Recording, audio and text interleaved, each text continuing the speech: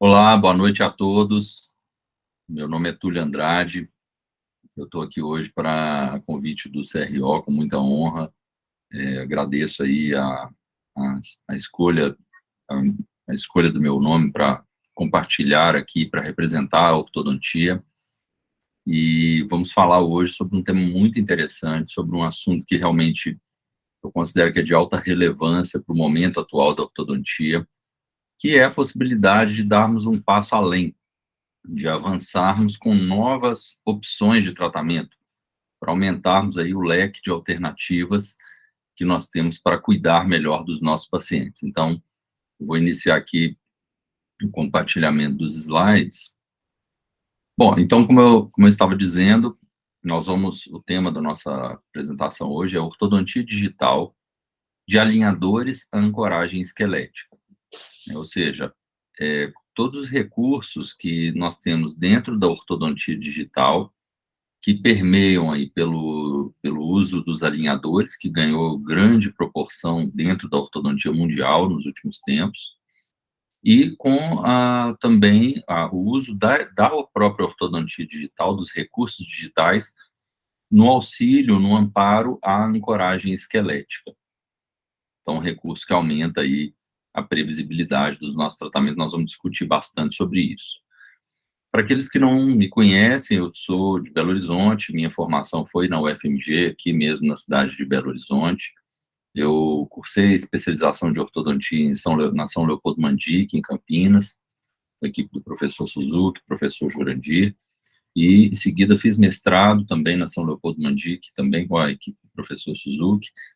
E eu gosto sempre de citar que eu tenho atuação também, eu fiz alguns cursos de pós-graduação na área de odontologia estética, implantodontia, periodontia, reabilitação oral. Então, a minha atuação como clínico, ela permeia outras especialidades também, além da própria ortodontia. É interessante que vocês tenham essa informação para entenderem como é a minha atuação clínica, que é uma atuação bem interdisciplinar. E ao longo dos anos, de 2007 para cá, eu tive algumas oportunidades que foram realmente muito importantes para que eu tivesse contato com exatamente essas abordagens mais modernas ou com uso de maior tecnologia, né? Então, lá em Miami, em 2007, foi um congresso, nós fomos a um congresso onde foi lançado os brackets cerâmicos autoligados, que a gente utiliza até hoje, o Innovation C. Em 2009, na Yonsei University, eu tive a oportunidade de conhecer ali a técnica MARP e trouxe essa possibilidade para o Brasil de uma forma bastante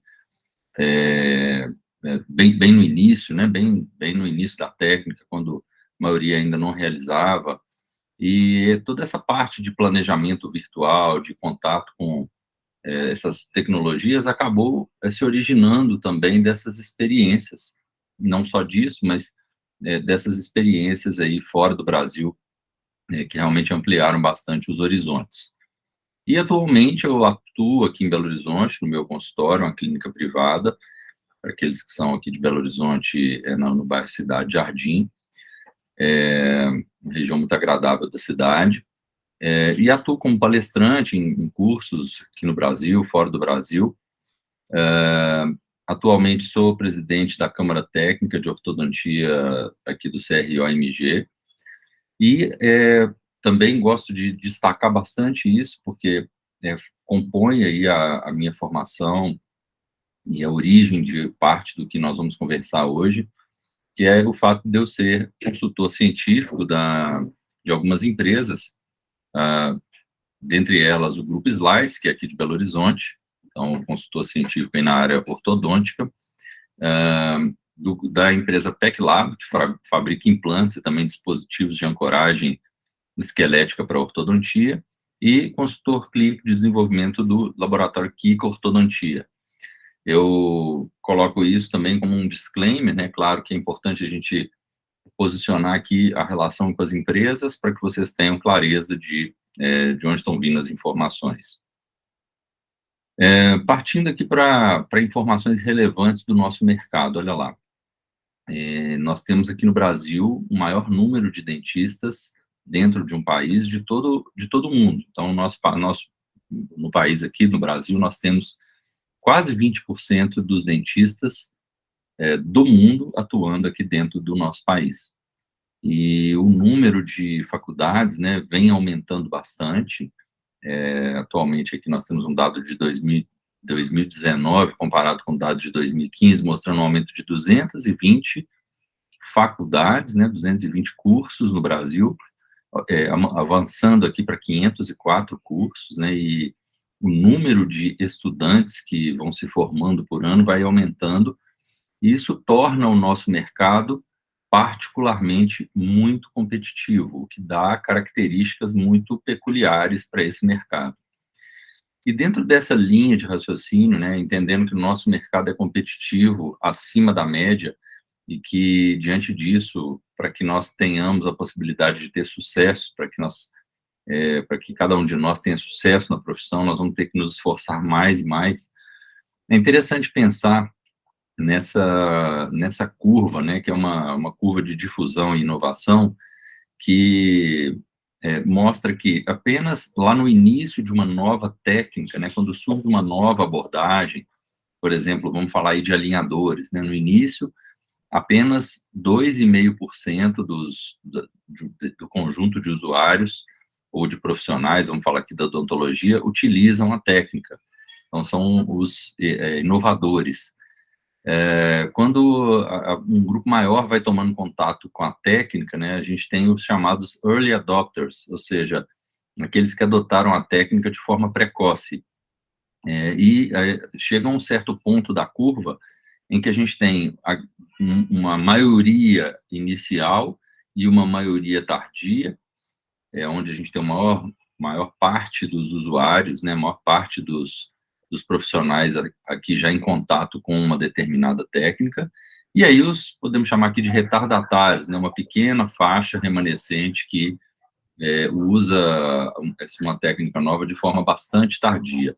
Em relação, por exemplo, ao uso dos alinhadores, eu acredito que nós estamos ainda nessa segunda categoria aqui, pelo número de usuários que utilizam os serviços digitais. Esses dados aqui, olha, de 10 a 16% dos laboratórios de prótese já estão digitais.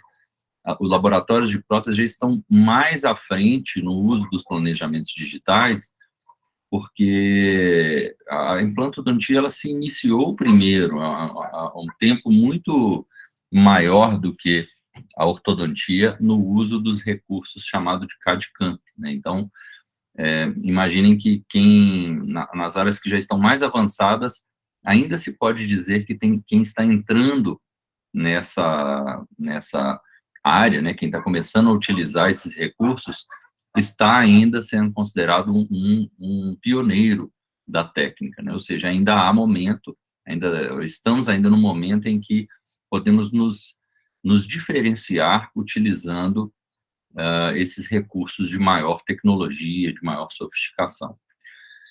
E como que a gente poderia enxergar a ortodontia contemporânea, né? Nessa ideia de encontrar um espaço de diferenciação no mercado? Como que nós poderíamos pensar na ortodontia como sendo contemporânea? O que tem de mais moderno na ortodontia hoje em termos de recurso de ancoragem? Num contexto histórico, nós saímos da ancoragem extrabucal, passamos pelos implantes, as mini placas de fixação cirúrgicas modificadas, né? Hoje existem mini placas desenhadas especificamente para a ortodontia. O uso dos implantes de reabilitação protética também é um recurso interessante, como ancoragem ortodôntica. E aí vem os mais utilizados hoje em dia, né, que eram parafusos de fixação de enxerto, que foram redesenhados para parafusos especificamente construídos ou concebidos para o uso em ortodontia, que são chamados mini implantes ortodônticos, ou mini parafusos ortodônticos, ou recursos de ancoragem temporária. Então, do ponto de vista da ortodontia contemporânea, hoje os mini implantes fazem parte do nosso dia a dia, ou pelo menos deveriam fazer, né? Eu acredito que para a maioria fazem parte do dia a dia. Aqui a gente tem, do ponto de vista do diagnóstico, o uso dos recursos tridimensionais, né, que seriam basicamente a tomografia, hoje de forma mais recente também vem ganhando espaço o uso do escaneamento intraoral, a tomografia como recurso de planejamento tridimensional, de análise tridimensional de cada caso, da avaliação de espaços entre raízes ou em outras regiões para a instalação de mini implantes, né, uma definição precisa, a possibilidade de avaliar também a anatomia e posição do côndilo em relação à cavidade articular, né, calibrando aqui distâncias, espaço articular mais ou menos adequado.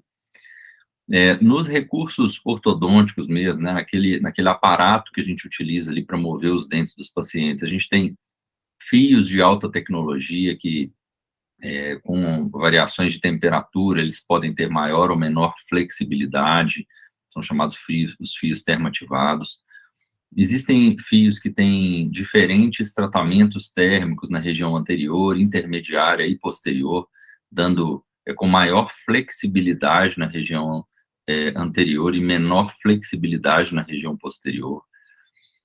O uso de fios de brackets com prescrição e a possibilidade de usarmos o chamado arco reto, né, fios retos, sem a necessidade de dobras padronizadas, né, então a gente faz hoje dobras muito mais para individualizar do que como padrão. A presença dos brackets autoligados, é um recurso que eu gosto bastante, utilizo no meu dia a dia como rotina, e aí entra o que vai mais de encontro ao nosso assunto, né, que seria o uso dos mini implantes como recurso de ancoragem esquelética, que realmente amplia bastante a possibilidade de movimentação ortodôntica, né, que a gente tem nesse círculo menor o que seria possível em termos de movimentação somente com ortodontia, nesse círculo intermediário aqui o que seria possível utilizando abordagens ortopédicas, nesse círculo externo o que seria possível de movimento de dentes com tratamentos ortodônticos cirúrgicos, né, com cirurgia ortognática, e nesse círculo aqui entre a ortopedia e a cirurgia ortognática está o que é possível fazer com movimentos ortodônticos auxiliados pelos mini implantes, né, pela ancoragem esquelética.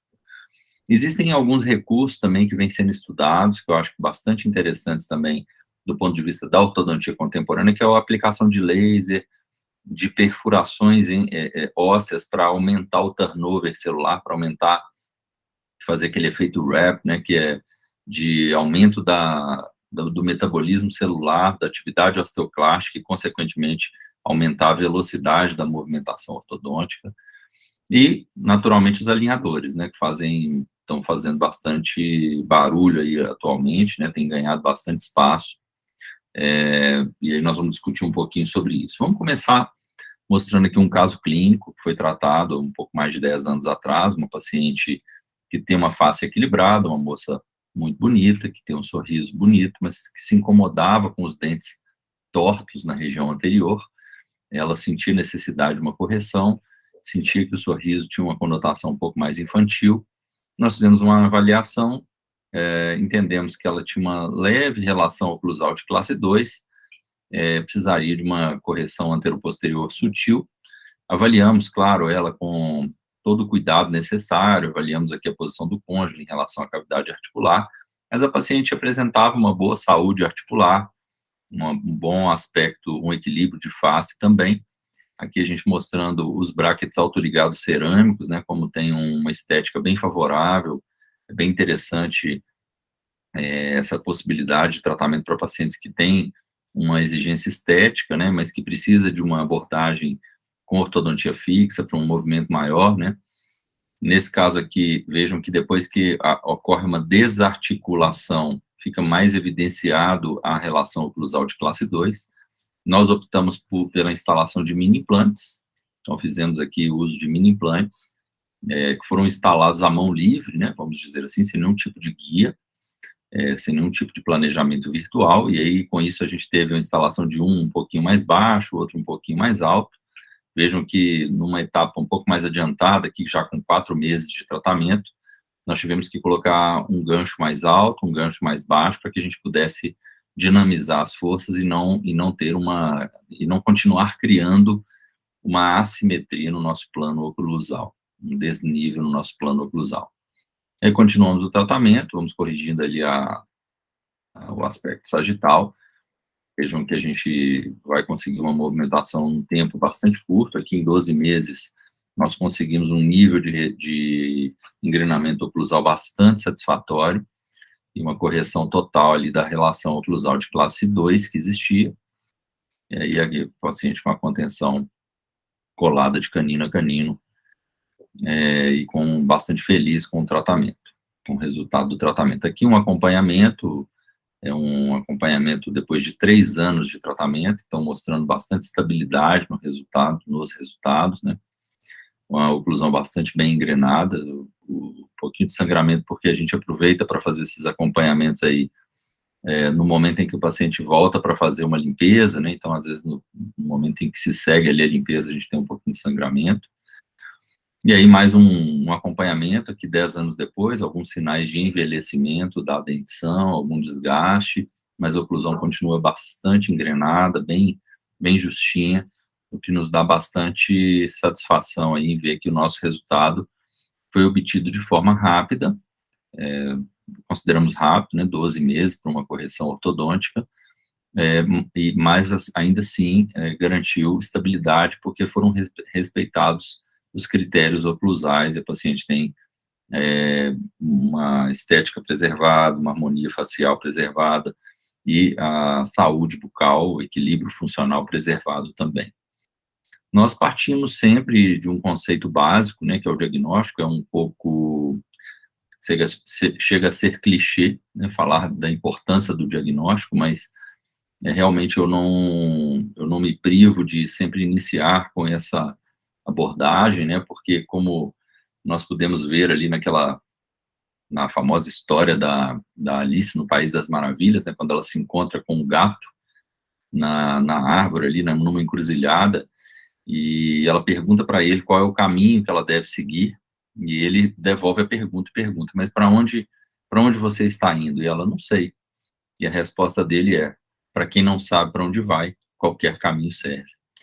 Ou seja, o diagnóstico, como eu estava dizendo, né, parece clichê, mas eu gosto sempre de insistir nisso, porque diariamente a gente encontra no consultório pacientes que passaram por algum tratamento, que receberam algum tipo de terapia, algum tipo de acompanhamento, e que esse tratamento foi proposto muitas vezes sem que fosse enxergado, sem que fosse discutido com o paciente o diagnóstico de forma profunda, e que fosse debatido com ele todas as possibilidades de tratamento, e dessa forma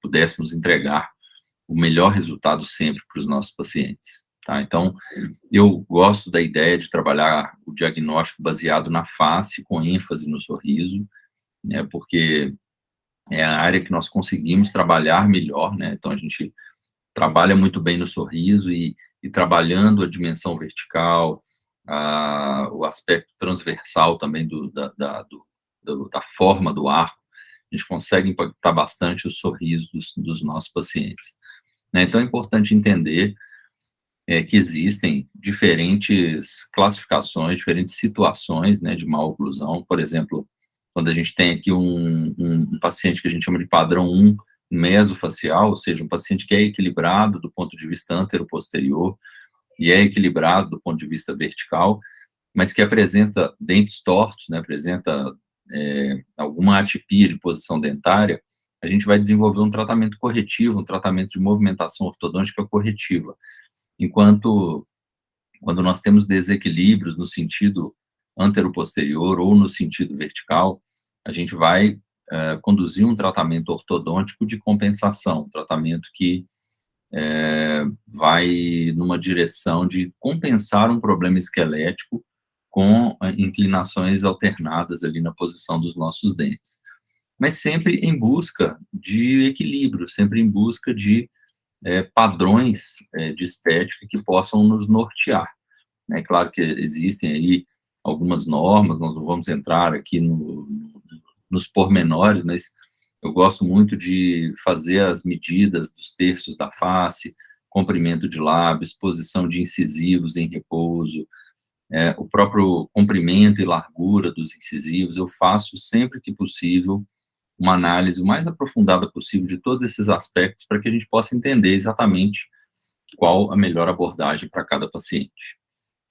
Vamos então falar um pouquinho dos alinhadores. Eu queria mostrar para vocês um pouco do que é possível fazer em casos onde os movimentos planejados são previsíveis, né? Ou seja, o paciente que tem uma face equilibrada ou que tem uma face que possa aceitar alguma perda de característica, uma perda de volume, em benefício da oclusão ou da estética do sorriso. Esses são os melhores casos para alinhadores, né? São os casos que a gente fica mais confortável para conduzir com alinhadores.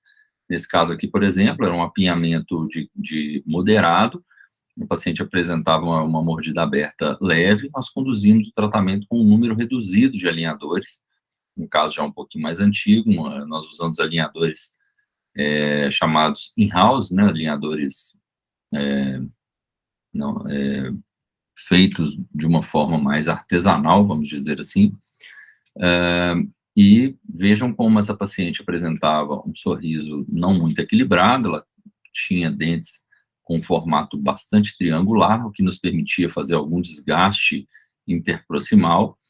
Além disso, ela apresentava também uma mordida aberta, leve, que favorecia um fechamento desses espaços obtidos com desgaste interproximal, de forma a fazer uma retração e, ao mesmo tempo, uma verticalização desses incisivos, o que nos favoreceria para uma melhora da exposição de incisivos aqui no sorriso, né? A gente vê que os dentes ficaram mais verticais, com isso eles aparecem de uma forma mais estética no sorriso.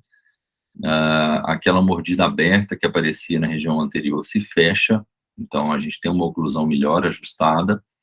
A forma dos dentes foi fundamental, essa mudança de anatomia, né, essa reanatomização ali na região dos incisivos deu uma estética mais harmoniosa, e a gente conseguiu fazer essas mudanças aí com um número reduzido de alinhadores, ou seja, de uma forma relativamente simples. Uma outra possibilidade que eu gosto também de trabalhar, né, eu estou trazendo aqui de uma forma resumida pelo nosso tempo, né, alguns pontos que eu acho que são chave, né, aqueles que eu acho que fazem parte do dia a dia do clínico. Então, primeiro, tratamentos que sejam, vamos chamar de mais simples, né, tratamentos que sejam mais favoráveis.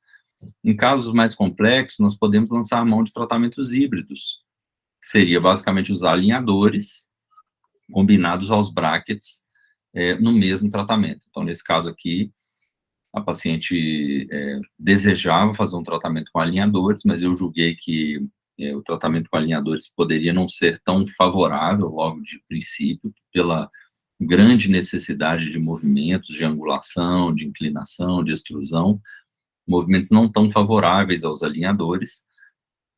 Então, sugeri que usássemos brackets, né? Iniciamos aí com a colagem dos brackets superiores e inferiores. A paciente tinha uma necessidade de interromper o tratamento num curto período de tempo, porque tinha um casamento previsto, e fizemos, então, a colagem dos brackets. Vejam como o fio, né, o arco, está bastante sinuoso aqui, com bastantes dobras, né, então isso mostra para a gente o quão fora do lugar, né, o quão desalinhados e desnivelados os dentes estavam. Que com apenas 3 meses a gente já consegue uma mudança muito significativa, isso vai motivando o paciente, né, isso é fruto do uso de materiais de boa qualidade, de fios de excelente qualidade, brackets de excelente qualidade, e uma condução também um acompanhamento de perto, né, a gente faz a colagem dos brackets com bastante precisão, então não é nada demais, mas a gente faz ali tudo com muito cuidado. Isso nos dá um pouco de vantagem, porque a gente tem menos erros, né? Então a gente vai de encontro aos resultados de uma forma mais objetiva. Aqui com 4 meses, já com fio 14 por 25 Copernitai, já uma melhoria bastante importante, o uso de elásticos cruzados, e aí a paciente colaborando bastante com o uso dos elásticos. Vejam como com um tempo relativamente curto, aqui com 7 meses, nós removemos os brackets, chegamos ali no limite da disposição da paciente, mas ainda tínhamos alguma irregularidade, um incisivo lateral ainda um pouco vestibularizado, alguns ajustes a fazer, que ajustes para os quais não houve tempo de realizar com os brackets. Então, passamos para os alinhadores, e fizemos aí mais 2 meses com alinhadores, com mais um conjunto de alinhadores, onde a gente faz uma sequência. Um primeiro alinhador que tem uma forma um pouco mais próxima daquilo que os dentes apresentam, um segundo alinhador já um pouco mais alinhado, um terceiro alinhador bem alinhado, bem perfeito, de forma que a gente tenha o resultado final. Esses alinhadores são usados de forma sequencial, aí varia dependendo do protocolo de cada profissional, dependendo do tipo de plástico que está sendo usado. Vou mostrar para vocês daqui a pouco um plástico que é bastante sofisticado, é uma novidade que a gente tem empresa nacional que está trazendo para o Brasil. Então, aqui, depois desses 2 meses de refinamento, um resultado bastante satisfatório, bastante equilibrado, se nós pensarmos principalmente que a paciente passou por 7 meses com brackets e 2 meses com alinhador, a gente está falando de um tempo de tratamento de 9 meses, um resultado bastante satisfatório. Tá? Então, é um exemplo aí de como que a ortodontia híbrida, né, a possibilidade híbrida entre os brackets e os alinhadores pode contribuir para os tratamentos dos nossos pacientes. A ideia é que vocês possam olhar aqui e terem a ideia de utilizar nos pacientes de vocês também. E quanto aos casos mais complexos, né, esses casos que a gente realmente enxerga como desafios para serem conduzidos com alinhadores. Será que seria possível usar só alinhadores e tratar casos complexos? Em alguns casos, sim. Só alinhadores, que eu digo, sem o auxílio de mini implantes, sem o auxílio de brackets, mas pelo menos com o auxílio de elásticos intermaxilares. Nesse caso aqui, nós usamos o Invisalign, usamos os plásticos da Invisalign, foram 44 alinhadores, depois mais 11 alinhadores de refinamento. O paciente também foi bastante disciplinado no uso dos elásticos, porque vejam que no lado esquerdo a gente tem uma relação oclusal de classe 2, de meia classe 2, e aí essa relação precisava ser melhorada, precisava ser corrigida. Então nós utilizamos a estratégia de uso de elásticos intermaxilares. Eu gosto dessa ideia de usar o elástico no alinhador superior e no botão no molar, né, e tivemos aí uma boa melhora, um andamento bem favorável do caso. A gente nota que existe alguma limitação para finalização, né, nesses casos de alinhadores, mas considerando a abordagem, o fato de que não utilizamos nenhum tipo de mini implante, nenhum tipo de ancoragem esquelética aqui, temos um resultado bem razoável para esse paciente. Foi feita também alguma restauração aqui para ele na região anterior, e um resultado bastante favorável. Uma outra possibilidade que eu vejo também para casos mais complexos, aí sim, é utilizar de mini implantes ou até mesmo de mini placas, né? Então, a gente vai utilizar, nesse caso aqui também foi tratado com Invisalign, a gente vai utilizar aqui, por exemplo, para fazer a correção dessa classe 2, mini placas instaladas aqui na região da maxila. Então, o paciente tem mini placas instaladas, são parafusadas na região aqui de processo zigomático, né, processo zigomático da maxila, e fica ali uma pequena parte, uma delicada da placa, para que possa suportar os elásticos que vão fazer o movimento de distalização em massa, né? Então, foi feito essa distalização em massa inicialmente, preparando para uma reabilitação, para o tratamento restaurador e os ajustes que viriam em seguida. O paciente passou, então, pelo tratamento restaurador, e a gente obteve um resultado bastante interessante para essa paciente que desejava uma melhora na estética. E o que eu comentei com vocês, que é o chamado Next Direct Printed Aligners, que é a empresa Compass, aqui de Belo Horizonte, está de forma pioneira oferecendo essa possibilidade, que são os alinhadores impressos. Hoje, os alinhadores são fabricados através da impressão dos biomodelos e são feitas estampagens das placas sobre esses biomodelos. E dessa forma, nessa nova abordagem, o alinhador é impresso diretamente, ele já sai impresso da moldeira, podendo, por exemplo, ter uma espessura maior na região posterior, pode ser mais fino na região anterior, de forma que ele é mais flexível na frente, mais rígido atrás. Pode comportar alguns topes molares, né, alguns levantes de mordida no posterior, pode também ter acessórios integrados como ganchos, que já vão ser impressos diretamente nos alinhadores. Então, são opções bastante interessantes que nos aumentam a gama de alternativas aí, permite, por exemplo, né, eu acho interessante ter os ganchos já direto nos alinhadores, muitas vezes um conforto, remoção de retenções, próprio ajuste nos attachments, enfim, vamos dizer assim, o céu é o limite, né, porque dá para desenhar tudo aqui e imprimir direto, então, aumenta bastante mesmo as possibilidades, as alternativas aqui para esse tipo de tratamento, que seria o tratamento com alinhadores. E a gente tendo uma empresa no Brasil que já ofereça, né, essa possibilidade, customização toda, nos ajuda bastante, então aí fica como uma ideia para vocês conhecerem essa nova possibilidade, através da empresa Compass, que se localiza na nossa cidade aqui de Belo Horizonte. Esse material, ele tem a possibilidade de ele retoma a forma dele quando ele está na temperatura aqui do corpo humano, né, quando ele é aquecido a temperatura do corpo humano, então ele também tem uma espécie de memória de forma, né, que seria o que a gente conhece aqui na ortodontia já, a característica dos fios termoativados, então ele tem esse mesmo conceito, ele promete esse mesmo conceito. Então fica aí como uma conclusão desse assunto, né, de alinhadores, essa sugestão para vocês de experimentarem essa nova possibilidade com esse recurso bastante customizado aí, que vem de forma pioneira sendo trazido aqui para Belo Horizonte através da Compass. Eu aproveito esse momento também para me colocar à disposição de vocês para qualquer esclarecimento adicional. Aqui a gente tem um QR Code que leva para o meu Instagram. Eu, sempre que possível, coloco lá alguns conteúdos, o que a gente está fazendo de novo, o que a gente está desenvolvendo junto a essas empresas que eu citei para vocês, né? Então, se tiverem alguma dúvida, se eu puder contribuir com algo, podem contar comigo, fiquem realmente à vontade para entrar em contato através, principalmente do Instagram ou do meu WhatsApp, podem realmente ficar à vontade, tá? Se for algo mais formal, envio de algum arquivo também, podem utilizar o e-mail.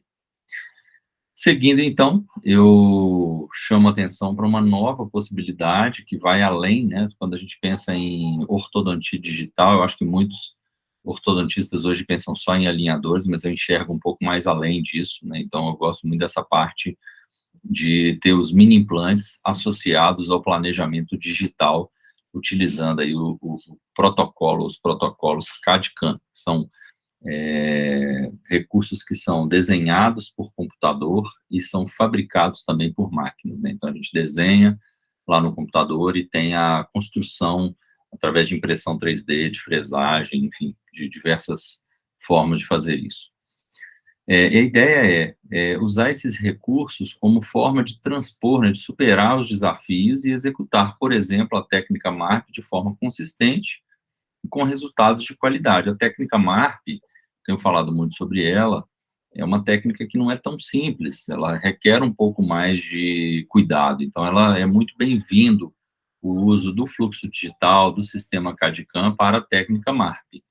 Como que a gente faz isso, né? De forma bem resumida, a gente utiliza essa manta branca aqui, essa cobertura, essa superfície branca que é obtida através do escaneamento intraoral, e vem para a gente no formato STL. Essa estrutura fundida, fusionada no computador com o volume da tomografia, que nesse caso aqui está representado em verde, e que vem, ela é em formato computacional de DICOM, e aí, uma vez que a gente tem essa anatomia do paciente, a gente faz o chamado planejamento digital, que nesse caso aqui seria posicionar esses mini implantes que estão representados aqui em vermelho, e aí se preparam guias, que basicamente são recursos que vão fazer com que a gente passe aquela posição que a gente tem aqui no digital para a boca do nosso paciente, para o real. E aí vem, finalmente, a execução clínica, né, para fazer essa transposição. Falando sobre a técnica MARP, eu vou mostrar aqui um caso complexo, né, então acho interessante, como forma de pontuar, de resumir aqui, o que nós consideramos um caso complexo do ponto de vista da técnica MARP. Pacientes de mais idade, né, mais maduros, ou seja, acima de 30 anos, para a técnica MARP é isso que a literatura mostra, né, que tem mais dificuldade, mais casos de insucesso. Pacientes que têm atresia extrema, porque a maxila fica muito estreita e não acomoda o aparelho de forma adequada. Pacientes que têm um osso fino, porque aí aquele osso fino vai apresentar uma ancoragem frágil, e esse mini implante muitas vezes pode se deslocar dentro do osso. Osso de maior espessura, já que, apesar de uma excelente ancoragem, a gente tem dificuldade de romper a sutura palatina mediana, né, tem uma conexão muito forte entre as hemimaxilas. Assimetrias tornam mais difícil também, porque muitas vezes a gente pode atravessar o mini implante de um lado da maxila para o outro. Anatomias atípicas, anatomias que apresentem, por exemplo, invaginação do seio maxilar em direção medial, ocupando ali o espaço parasutural que seria usado para a instalação dos mini implantes. Pacientes do gênero masculino apresentam também um índice de insucesso mais alto. A gente sente isso no dia a dia clínico, a gente já tem pelo menos um estudo aí indicando esse maior índice de insucesso nos pacientes do gênero masculino. Os estágios de maturação da sutura mais avançados, né, que acaba sendo muito coincidente com os pacientes que têm acima de 30 anos. E os históricos de trauma de face também. O paciente que apresenta um histórico de trauma de face, ele pode já ter tido fraturas nas regiões da face que nós vamos colocar em estresse com a aplicação da técnica MARP. Então, escolhemos aqui um caso que nós consideramos um caso bastante complexo, que trouxe uma dificuldade a mais para a gente na condução do tratamento, que é uma paciente do gênero feminino, com 40 anos de idade, mordida cruzada posterior, atresia maxilar, espessura óssea muito reduzida, como vocês vão poder observar mais à frente, assimetrias e refratária à cirurgia. Ela não topava, não tinha interesse de ser tratada cirurgicamente, apesar de ter uma face apresentando clara deficiência maxilar, uma face mais longa, né, dólico-facial, e com pouca projeção zigomática. Mesmo assim, ela não tinha interesse no tratamento ortodôntico cirúrgico, que estaria perfeitamente indicado para cuidar dela. Então, a mordida cruzada posterior, a relação oclusal anteroposterior de classe 3, e aí nós observamos aqui na anatomia um osso bastante fino, né, inclusive na região anterior, então o mini implante fica com uma ancoragem frágil. A minha preferência, de uma forma geral, para a técnica MARP é utilizar o expansor EX da PECLAB, né, então não foi diferente nesse caso, ele é totalmente customizável, esses pés aqui, eles podem ser posicionados mais altos ou mais baixos, respeitando a anatomia de cada paciente, e ele tem uma estrutura muito rígida, então ele permite que a gente realmente empenhe bastante força, que é o necessário para romper a sutura palatina mediana. Eu considero que existem algumas chaves, né, alguns segredos aí para que a gente obtenha sucesso na técnica MARP. O primeiro é o planejamento digital. Dentro da experiência que a gente tem, realmente é importante que a gente defina muito bem a posição dos mini implantes e a posição também do torno expansor em relação à maxila, para que a gente não tenha nenhum tipo de expansão assimétrica. Notem que a espessura realmente é muito reduzida, nós consideramos que menos de 2 milímetros é uma espessura reduzida, a gente está aqui com praticamente todos os mini implantes nessa espessura reduzida, né? Então, isso quer dizer que a nossa ancoragem é muito frágil nesse caso. Um recurso que a gente usa como um recurso-chave também é chamado Cortex Guide, que é um guia para fazer perfurações na sutura palatina mediana de forma precisa. O objetivo é fragilizar as interdigitações da sutura palatina mediana. Nesse caso aqui foi feito um planejamento para fazer diversas corte-perfurações, respeitando a trajetória exata de cada de cada parte da sutura, né, para que fosse possível perfurar num número de vezes interessante para esse caso. Fizemos 2 guias, essas guias foram planejadas pelo Vinícius, da Clinic Slice, né, da Slice Lab. Todo esse planejamento foi realizado lá pelo Vinícius, aqui da Slice, aqui em Belo Horizonte. E aí, aqui vocês podem observar o design, mostrando, definindo, né, a profundidade, porque aqui a gente tem um stop para as brocas que vão, para o para-broca que vai ser usada, né? Então a gente tem um stop em alturas diferentes, e vocês podem notar também que a direção de perfuração é diferente para cada um desses furinhos aqui. Dá a impressão de que são todos muito próximos a direção, mas para cada um deles a gente tem uma direção diferente. Isso quer dizer que a sutura, ela não é simétrica, ela não é homogênea ao longo de todo o seu comprimento, né? Então, usamos aqui as guias de corte e perfuração, fizemos a corte e perfuração de forma adequada, instalamos o expansor, os mini implantes, com bastante cuidado, né? Um cuidado que eu considero também que é fundamental, inclusive a chave número 3, é evitar a compressão dos tecidos moles e do metal, aumentando a chance de perda dos mini implantes. O que quer dizer isso? Primeiro, esse pezinho não fazer contato, não fazer compressão no tecido mole, né? O pé do expansor não comprimir a mucosa. E outra é o mini implante, a cabeça do mini implante, não fazer contato e compressão nesse pé, de forma que ele não seja pressionado, gerando intrusão dos molares, ou que ele seja pressionado, gerando tensão nas espiras dos mini implantes lá dentro do osso, né? Então, isso deve ser observado tanto nos anteriores quanto nos posteriores, né? Então, aqui uma conferência daquilo que nós realizamos, né? As perfurações foram performadas de forma precisa, a gente vê que tem uma correspondência com o planejamento, aqui num outro ângulo, num corte sagital, realmente foi precisamente realizada. A gente pode ver também que os pés dos expansores estão com espaços adequados em relação ao palato mole, né, a mucosa do paciente. A gente tem aquele espaço que foi planejado. A gente nota que há correspondência do planejamento em relação ao posicionamento dos mini implantes, né, após a instalação. Então, foi bem sucedida a realização da instalação guiada.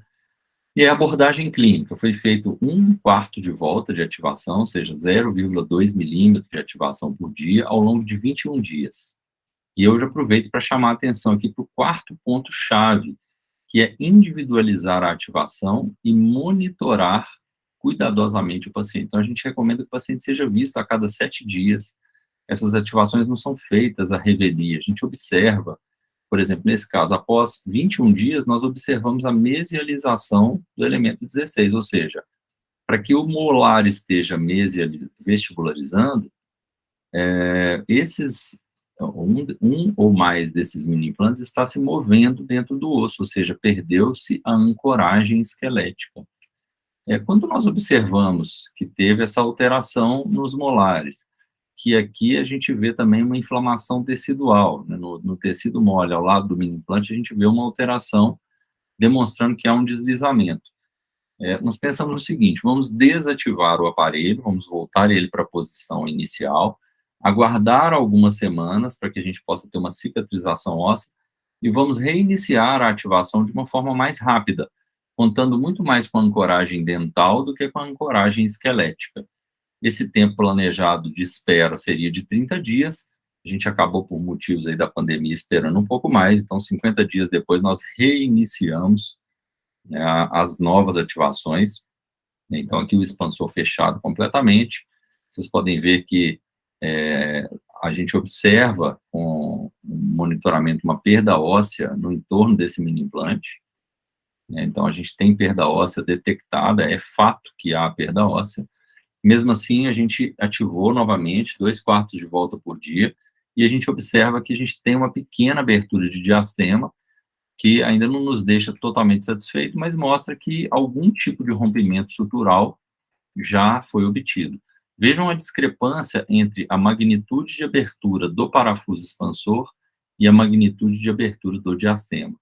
Ou seja, apesar de ter tido algum rompimento da sutura, a gente teve uma grande perda de ancoragem esquelética e uma vestibularização acentuada do elemento 16 mais uma vez. Analisando a tomografia, a gente observa um deslizamento desses mini implantes através da sutura, né? A gente vê aqui também um caminho, né? Um rastro dos mini implantes, e uma abertura realmente com aspecto paralelo, um aspecto de paralelismo, mas uma abertura muito maior, ou muito menor do que a que a gente precisava ou desejava para considerar que isso foi um caso bem sucedido. Aqui no ângulo sagital, a marca da área de deslizamento dos mini implantes, né, mostrando que há realmente uma perda de ancoragem ali. E aí resolvemos desativar novamente o aparelho, fechando aquele pequeno espaço que havia sido aberto na sutura, retiramos todo o conjunto e partimos para uma segunda abordagem. Vejo ali um pouco de inflamação tecidual, mas mesmo assim foi feito um novo escaneamento, nova tomografia, e aí, naquele momento, a gente estava desenvolvendo a forma de fazer o uso de planejamento virtual, né, de planejamento digital, para a instalação totalmente guiada de um disjuntor que tenha não só aqueles 4 mini implantes tradicionais, mas também 2 mini implantes adicionais na região anterior.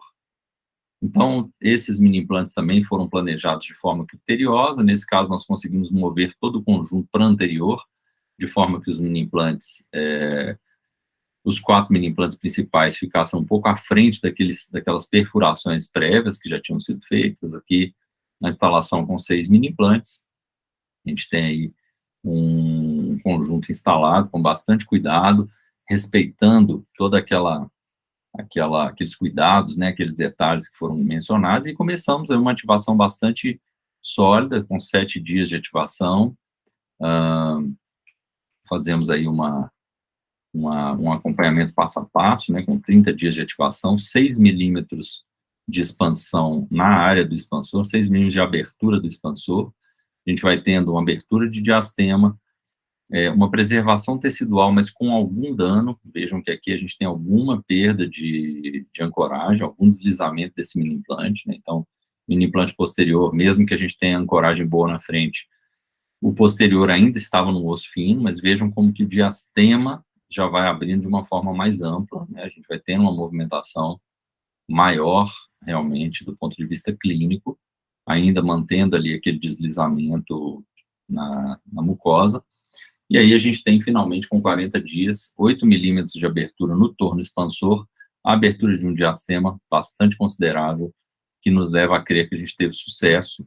E aí, numa tomografia, a gente consegue observar realmente uma abertura bastante interessante, bastante grande. O estranho é que aqui na região posterior, a gente tem uma abertura menor, o que não é típico.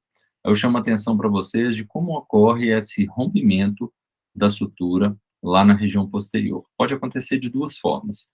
Ou a gente pode ter aqui um rompimento vindo a partir da sutura palatina transversa e seguindo aqui ao longo da interface entre o osso palatino e a maxila, indo até a região da sutura pitérico-maxilar. Uma outra forma, um outro local que pode acontecer essa fratura é nas lâminas pterigóides do osso esfenoide. Então, isso pode acontecer de uma dessas duas formas, e nesse caso específico, ocorreu de formas diferentes, né? A gente teve uma liberação posterior de um lado e uma liberação apenas da maxila do outro lado. Então, a maxila se moveu, deixando o osso palatino para trás, enquanto o osso palatino do outro lado acompanhou. Isso não importa muito, o importante é que a maxila se mova de forma paralela, de forma a dar volume para esse paciente, né, para o leito ósseo desse paciente. Logo após esse sucesso, né, da expansão, a gente remove as hastes que davam suporte nos molares e inicia o processo de alinhamento, nivelamento, enfim, toda a parte ortodôntica do caso. E a gente remove o expansor, dá sequência no tratamento e obtém um resultado de oclusão também bastante satisfatório. Claro que essa paciente vai passar por um tratamento de reabilitação, mas ela está pronta para isso, está totalmente preparada para esse aspecto, para essa etapa do tratamento. agora com uma projeção zigomática melhor, suporte labial mais adequado, exposição de dentes também, né? Então, a paciente está numa condição muito mais favorável do que quando nos procurou. Agora, uma novidade, algo também que eu trago aqui para vocês, que é realmente saindo do forno, né? Algo que a gente teve a honra de idealizar, né? Esse chamado anel de ancoragem esquelético, que veio de algumas ideias, de algumas demandas do mercado. Então, idealizei pensando em que fosse realmente uma solução única que permitisse uma individualização completa para diversos tipos de abordagem. É algo bastante novo, vocês vão ver que está bastante incipiente ainda, mas vai gerar uma série de novas soluções para aparelhos ancorados em mini implantes. Vejam o conceito. Trata-se de um pequeno anel que permite a passagem do mini implante, né? Então, o mini implante entra precisamente por esse tubo, e após o mini implante se acomodar no fundo dessa câmara, desse nicho, entra aqui uma tampinha por cima, fechando, lacrando a cabeça do mini implante e fazendo com que ele fique preso de forma tridimensional. Essa peça, né, essa peça que vai ser, a princípio, penetrada aqui pelo mini implante, né, o mini implante vai entrar, e aí depois vai vir uma tampinha por cima, que vai ficar totalmente fechada, gerando ao final uma situação como essa, né, um mini implante preso dentro dessa estrutura. Essa pequena estrutura, que a gente chama de anel de ancoragem esquelética, ela vai presa a um dispositivo que vai realizar algum tipo de movimento ou de ancoragem para o nosso paciente. Poderia ser mesialização, distalização, intrusão, ou mesmo um apoio mais individualizado para uma expansão MARP. Como nesse caso aqui, nós pensamos, por exemplo, uma área em que esse paciente não possui uma ancoragem óssea boa aqui na região posterior, similar a esse caso anterior que eu acabei de apresentar. Então, foi buscada uma nova posição, uma posição onde esse caso específico apresente mais osso, né, onde esse caso específico apresente uma condição esquelética mais favorável. Vejam que a gente vai, vocês vão ter a oportunidade de ver aqui como é feito, né, o planejamento virtual. É feito todo um mapeamento, um posicionamento dos mini implantes, do torno, né, dos diferentes mini implantes de cada caso, o entendimento de se tem algum risco de rompimento para algum feixe vasculo nervoso, se a gente tem espaço entre raízes, às vezes tem um espaço mais acima, um espaço mais abaixo, enfim, tem bastante informação que a gente consegue obter através do planejamento virtual, né? Vejam cada detalhe, o ângulo de inserção de cada mini implante. A gente pode ver que aqui eu poderia aumentar 2 milímetros, mas se eu aumentasse 2 milímetros, eu ia passar essa cortical, ia furar esse tecido mole, ou seja, esse é o tamanho máximo de mini implante que eu posso utilizar nessa região. Se eu for para o outro lado, eu tenho aqui a ponta do meu mini implante quase entrando no seio maxilar, então também tem que tomar cuidado com isso. Tá? Então, a ideia é que a gente tenha diferentes designs, né? Nesse caso aqui, por exemplo, em vez de usar 2 mini implantes na região anterior, estamos utilizando um sistema mais tradicional, apenas com 2 mini implantes nos processos alveolares, dando um apoio extra, né? Então, a ideia é que a gente tenha uma visão completa, né? Esse caso aqui, por exemplo, é um caso de retratamento, o paciente já tinha algumas perfurações, a gente está fazendo as perfurações de forma contraangulada, né? As primeiras perfurações seguiram nessa direção, e agora nós vamos fazer de trás para frente, de forma a fragilizar mais a sutura. Vejam que a gente pode visualizar também numa visão uma vista mais renderizada, né? Mais fácil para entender, para visualizar. Olha como é que os mini implantes vão entrar aqui entre raízes, né? Então, essa é a ideia. Né, a gente tem um primeiro caso que foi feito pelo Dr. Maurício Cardoso, ele cedeu esse caso para que a gente pudesse compartilhar com vocês. Eu sou Maurício Cardoso, lá de Bauru. Foi realizado também pelo laboratório da Kika Ortodontia, esse planejamento, essa instalação virtual, assim como os casos anteriores que eu mostrei. E aí, olha, evitando o canal nasopalatino, analisando exatamente onde está a sutura, dá para visualizar cada detalhe. Nesse caso, são apenas 2 mini implantes, né? Então, não há não existem tantas variáveis assim, tem uma boa ancoragem, mas existe um cuidado de que esses dois mini implantes fiquem ancorados de forma bicortical, que eles se ancorem na cortical nasal também, então calcula-se ali tanto a direção quanto também o comprimento de cada mini implante, isso torna todo o processo muito preciso. O legal é que antes desse anel esquelético, era necessário instalar os mini implantes, fazer um escaneamento desses mini implantes e aí sim mandar para fazer o aparelho. Agora é diferente. O doutor precisa fazer o escaneamento, né, encaminhar o paciente para fazer o escaneamento, a tomografia computadorizada, e a partir dessas informações o laboratório já vai fazer esse planejamento, esse posicionamento todo, e o aparelho vem pronto, ele já vai, essa estrutura já vai vir pronta para ser cimentada, e após a cimentação, o doutor vai já fazer a instalação. Então aqui, olha, a condução clínica bem resumida, que seria, né, o aparelho cimentado, e aqui a gente tem os dois anéis de ancoragem esquelética prontos para receber os mini-implantes. Os mini-implantes são inseridos, vejam aqui as cabecinhas dos mini-implantes dentro de cada nicho, e aqui finalmente as tampas posicionadas, né, os anéis de ancoragem esqueléticos fechados, e aqui finalmente o aparelho expandido, né, uma expansão com qualidade.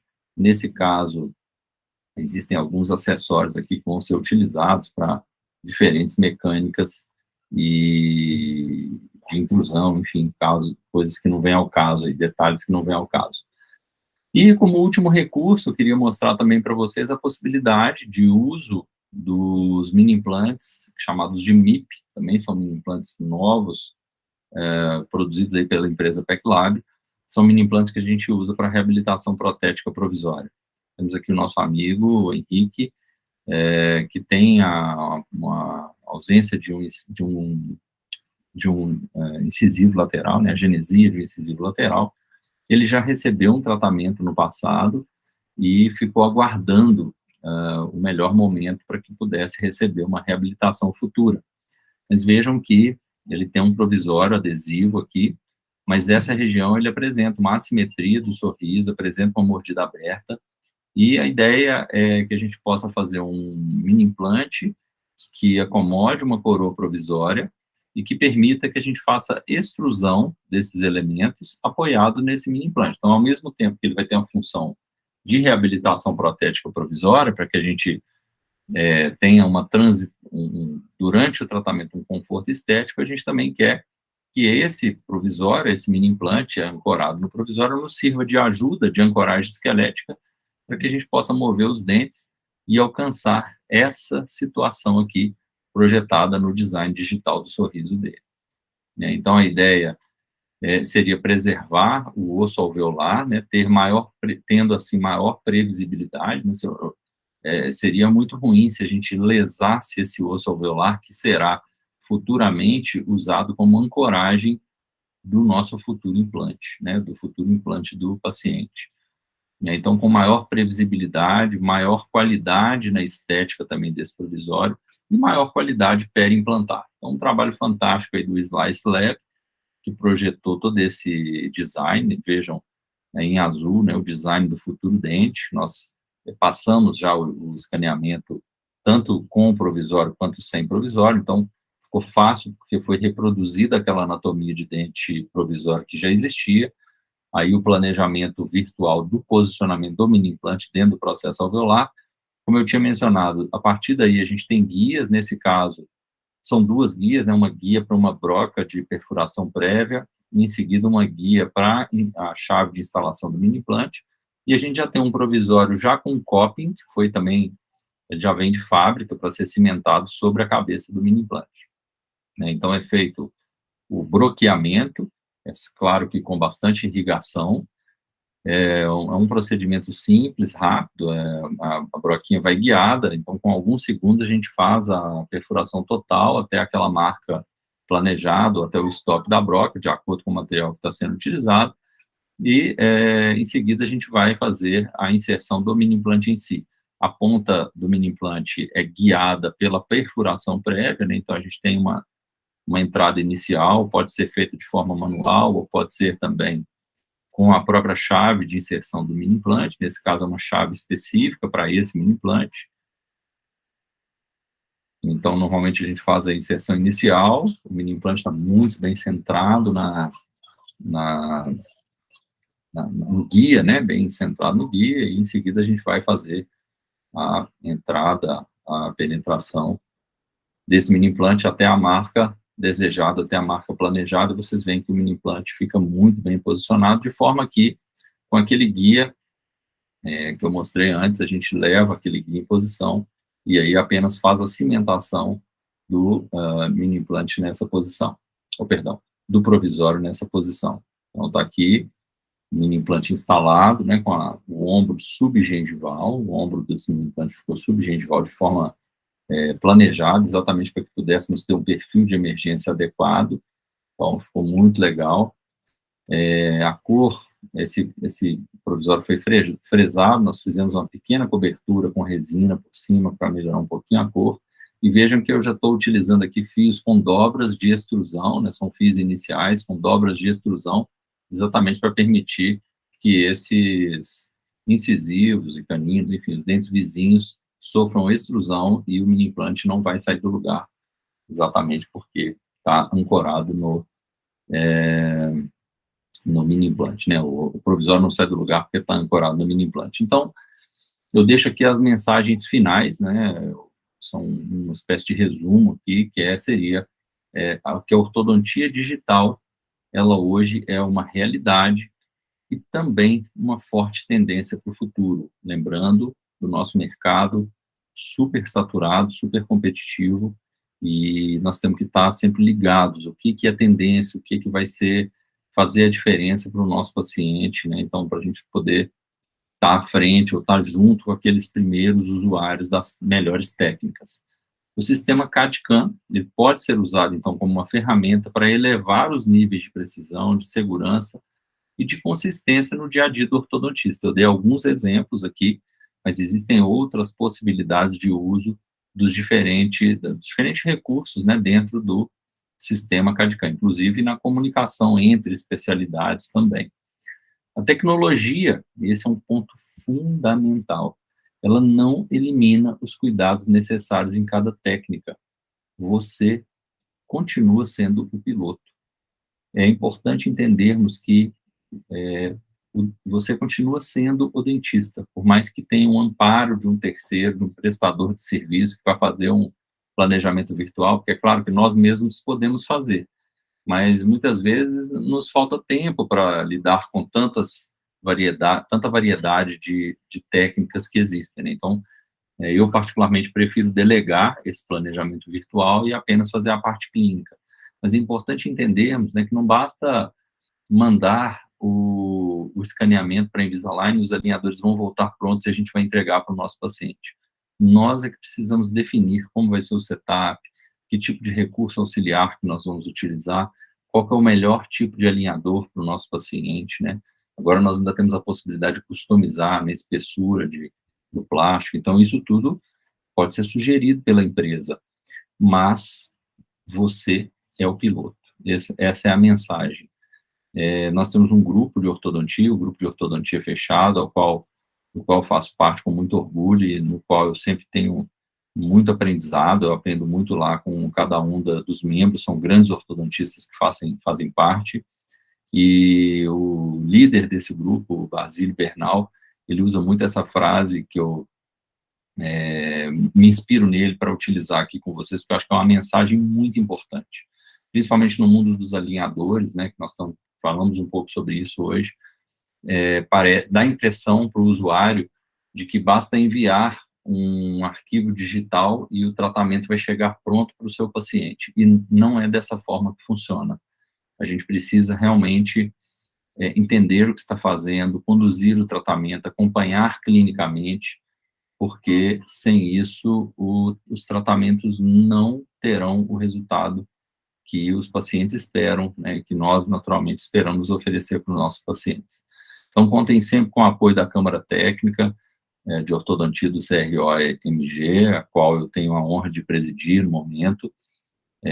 Estamos buscando, é uma Câmara que foi constituída, então nós estamos buscando otimizar, buscando oferecer o máximo de apoio, de suporte para a ortodontia, principalmente em Minas Gerais, mas a nossa ideia é fortalecer o ortodontista, fortalecer a ortodontia em prol do nosso maior bem, que é o nosso paciente, né, para realmente promover saúde, promover estética, promover conforto, promover função adequada para toda a sociedade. É isso aí. Eu, mais uma vez, me coloco à disposição de vocês com os meus contatos aqui, relembrando que aqui é o QR Code para minha página lá no Instagram, se tiverem interesse em acompanhar novidades e tal, eu estou sempre postando lá informações sobre cursos, enfim, fiquem à vontade mesmo para contar comigo para o que precisarem. Boa noite, agradeço mais uma vez a confiança do Conselho em me convidar aqui para participar com vocês, foi uma honra. Um abraço, boa noite.